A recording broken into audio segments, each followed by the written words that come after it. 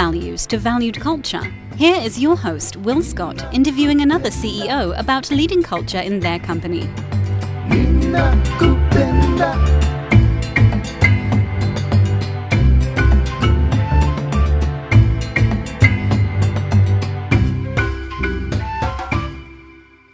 Today we have Will Scott, founder of Culture Czars, and in addition, he owned and grew two software companies. One of them is over 20 years old, and he talks to CEOs that care about corporate culture. And his purpose is to help CEOs create environments so that employees love where they work and why they work. And today's episode is brought to you by The Culture Fix. This is Will's life's work on culture, boiled down to the most important aspects you need to know. You can go to culturezars.com to pick up a workbook that will help you start implementing a great culture.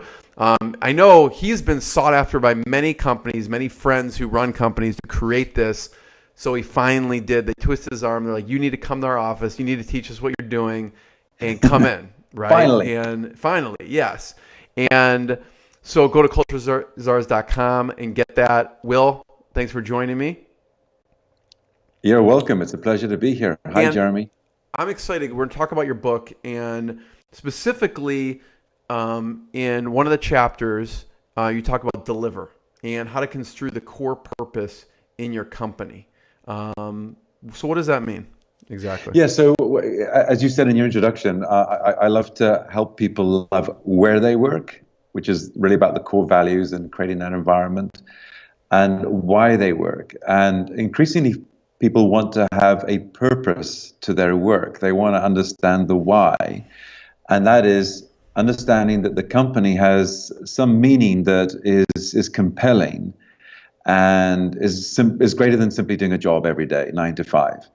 And folks want to do something meaningful. And at the end of the day, feel like they've made a contribution to the world. So what can really help is for every company, and every company has one, but it's to discover the why they're in business, and that why should relate to what they do for their clients. So what is the benefit that they do for their clients? And this takes a little soul searching. You got to dig a couple of layers down to really get to it. But that's really what we're about, is discerning the why and the core purpose for the business.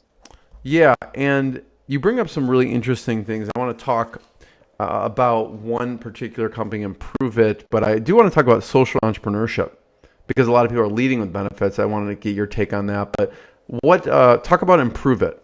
What did they do?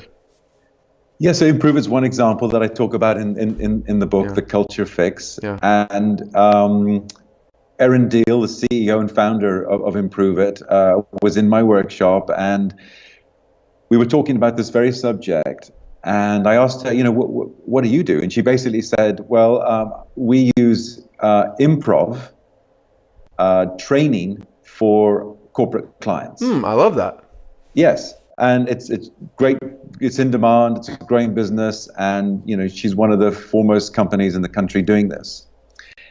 And I said, okay, that's great, but why? And her first answer was that it helps people grow. And I kind of wanted to dig a bit more. Okay, it helps people grow. You're good at digging, yeah. And then she came up with, so people can be comfortable with the uncomfortable. Okay, so, and we keep going with this, well, okay, but why do we want people to be comfortable being with the uncomfortable? And so finally, after a few more, go rounds of this, what just came off the top of her head is so that people can be a better version of themselves. That feels so good when you suddenly get to that real why. And they're like, Will, stop bothering me. Like, I don't know. And then you're like, no, we hit the rock. We hit the bottom. We're good. Yeah. So then instead of just, saying, we use improv for corporate training. We help people be better versions of themselves. That's pretty cool. And so I think that's, again, is something. So when her trainers, and she used a lot of kind of improv and comedians to kind of do this work. When they're doing their workshops now, or at the end of their day, they can feel that they haven't just trained some corporate types, that they've actually helped people be better versions of themselves. I think it's really cool. I think it changes how people receive the service and how people feel about delivering the service. And, as part of this core purpose, I like people to come up with some statement in the future that's not just about the why, but that brings everything together. Yeah. So in Erin's case, I'm just checking my notes here, she said that, on average, they train 25 to 35 people per workshop, and they have up to 100 people in a workshop. And we figured out, just how many she's gone through with that, how many she's done, and how many she's going to be doing over the future with her 12 co-facilitators. And she's adding to that team all the time. And she trained about 4,000 people in 2018. Wow. And she expects to train 30,000 people by 2021.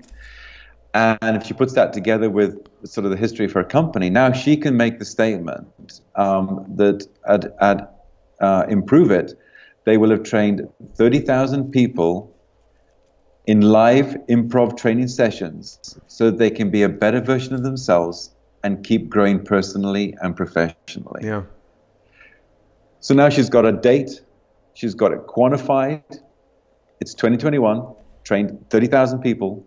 Why? So they can be a better version of themselves and keep growing personally and professionally.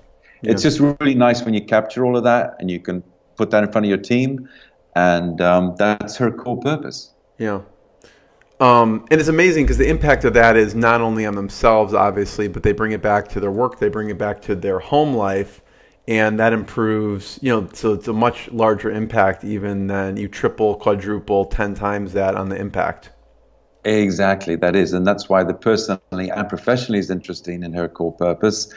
And as you know, I like to encourage leaders to think that they're not just leading a company, but they're leading a culture, which is bigger than the company. Because people do take these values home. And we do want these values to extend to our upstream to our vendors and downstream to our clients and customers. So, yeah. So I know you like to put this in a graphical nature. What would that look like? Absolutely. So I call it the core chart. And this is, I'm very big on graphics, as you say. And of course, people remember and can put into their mind a picture much better than words. And it's something like 60 or 80% greater likelihood of remembering and taking on something that you've seen, as well as some, if it's graphic, a picture as opposed to just words. Yeah. So yeah, the core chart is where I encourage companies to bring together a number of their core elements. So certainly the core values would be on there, the core purpose would be on there, but also the core workflow.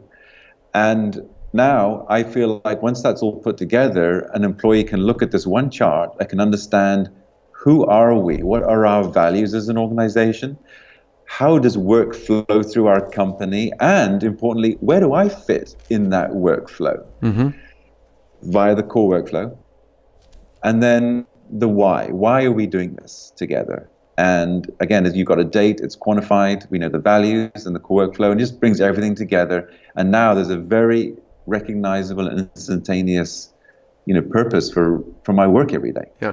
So I know some of the companies you've worked with, they use like Star Trek figures and people. What did this, like if I'm thinking about Improve It, what did they use? What would I visualize?